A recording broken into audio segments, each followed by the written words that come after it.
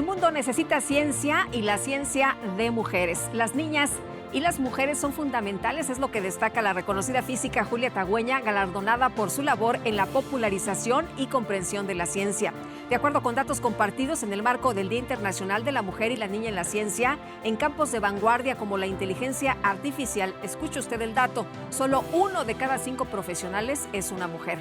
Promover carreras técnicas y convencer a las niñas de que en este campo hay carreras con gran futuro son la clave para tener más científicas. Acompáñanos a conversar con la doctora en física Julia Tagüeña y en el análisis por Gina Gagiola.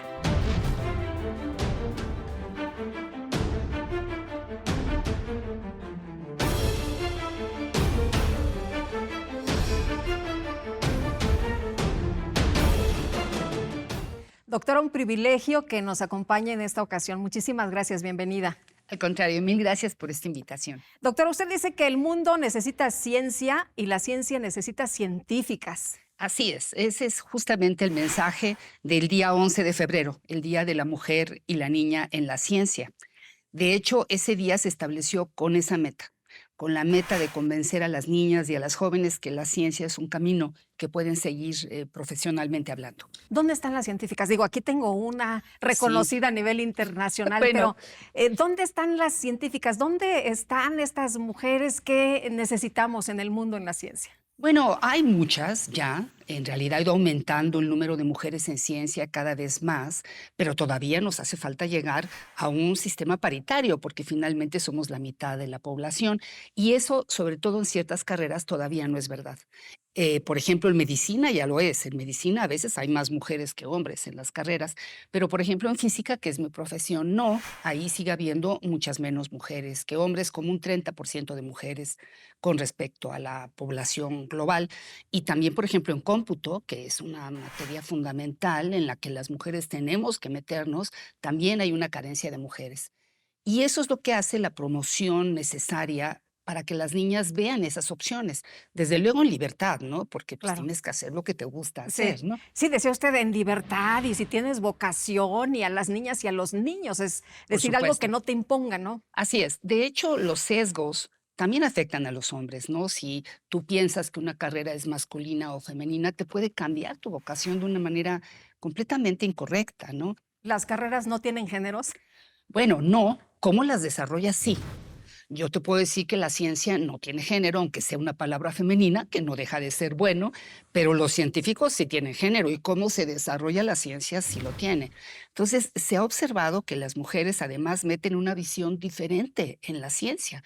La brecha, no nada más salarial, pero hablemos también de esta, de la brecha salarial. ¿No ganan lo mismo los hombres científicos que las mujeres científicas? En las universidades, desde luego, sí, las plazas no son diferenciadas, aunque las oportunidades pueden serlo, ¿no? Pero sí, efectivamente, hay muchas profesiones en las que es claro que el hombre haciendo lo mismo gana más que la mujer. Y luego también está lo que se llama la brecha vertical, y es que aunque aparezcan mujeres, a medida que empieza el puesto de poder, Ujú. pues las mujeres empiezan a desaparecer, ¿no? Y cuanto más poder, pues más le cuesta a la mujer llegar a esas posiciones. Tendría que haber acciones afirmativas. Bueno, definitivamente sí. Tiene que haber acciones afirmativas de apoyo a las mujeres, nunca imponiendo un puesto si no se tiene el talento, ¿no? Eso desde luego que no, porque la ciencia requiere una evaluación totalmente objetiva y crítica, ¿no? Pero sí debe haber acciones afirmativas para apoyar que las mujeres, mira, por ejemplo, hace muchos años que México tiene una acción afirmativa surgió de la Cámara de dar dinero especial para que haya pagado becas de postdoctorado a mujeres indígenas, que también le haría falta a los hombres, pero este Sí. programa es para mujeres indígenas y ha sido exitosísimo. Exitosísimo porque estas chicas regresan a sus comunidades con un posgrado. Además, han mostrado una habilidad maravillosa porque aprenden inglés rapidísimo porque ya son bilingües y bilingües de idiomas bastante complicados. Entonces, ha sido un programa afirmativo, una acción afirmativa muy exitosa. Yo creo que sí debe haber acciones afirmativas de ese estilo. Pero lo más importante es lo que dicen, que una mujer que cambia su rumbo, su destino, cambia el destino y el rumbo de la comunidad. Ah, eso es totalmente cierto. La influencia de las mujeres siempre se extiende, no solo en sus familias, sino en todo el medio que la rodea, sin duda.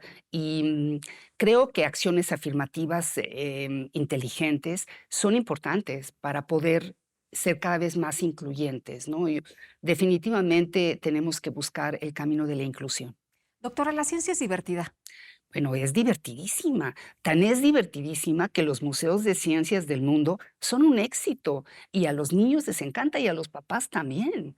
Entonces, la ciencia, claro que es divertida, pero tienes también que motivar a esa diversión. Y para eso está la comunicación de la ciencia, porque si tú das una conferencia muy técnica, es muy difícil que la gente se entusiasme.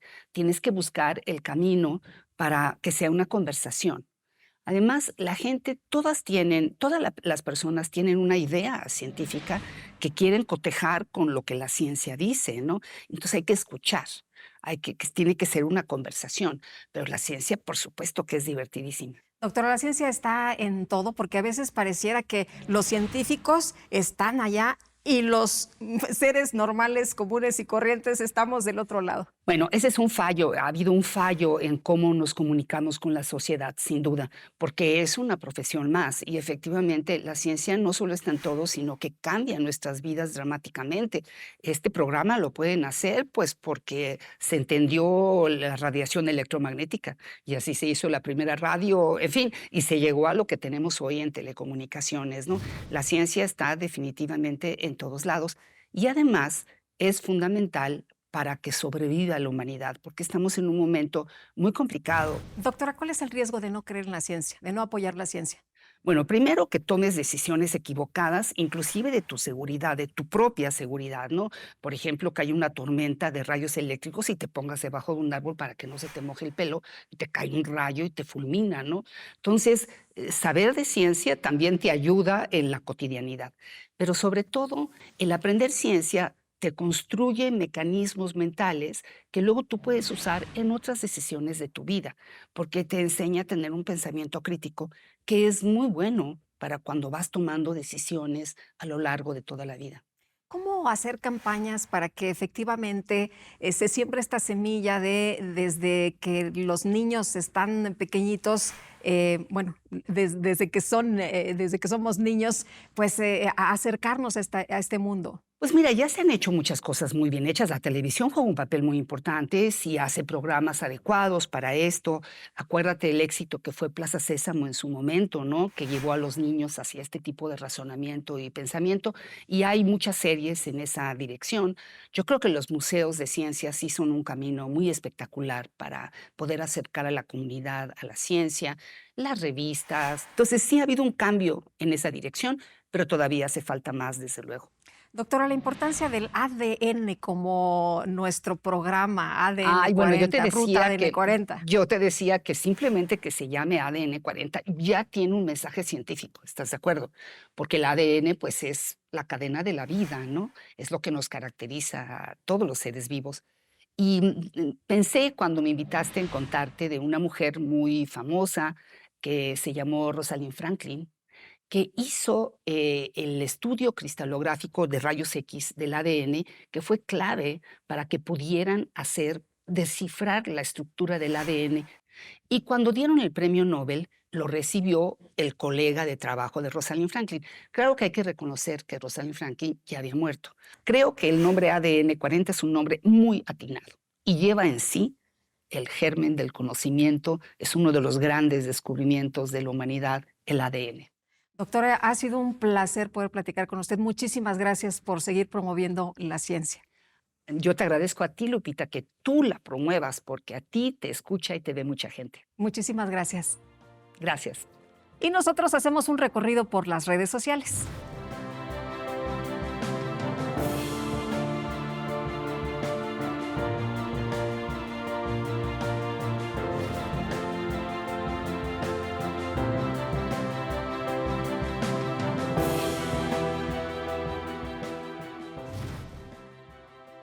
Georgina, como siempre, qué gusto. Igualmente, Lupita, muchas Oye, gracias. pues en esta ocasión de un tema sensacional que pone de nuevo a las mujeres pues en el centro de la atención. ¿Cómo ves las mujeres científicas? ¿Cómo ves esta brecha que hay? Todavía faltan muchas mujeres en este campo. Bueno, la verdad es que ha sido un gran, pues, gran logro de las mujeres haber llegado a estos lugares, sobre todo pues porque siempre nos han educado, y no solamente hablo de México, a nivel mundial, nos han educado con que las matemáticas, la ingeniería no son para las mujeres, ¿no? Que debes de, en todo caso, estudiar otra cosa. Que lo que pasa con estas carreras muchas veces es que a veces son muy largas y atraviesan por los momentos de la maternidad y hace más difícil pues que hagas un posgrado, un doctorado, etcétera, porque te quedas al cuidado de los niños o porque interrumpes por un momento la carrera y entonces vas perdiendo de alguna manera esas oportunidades que tienen más los hombres.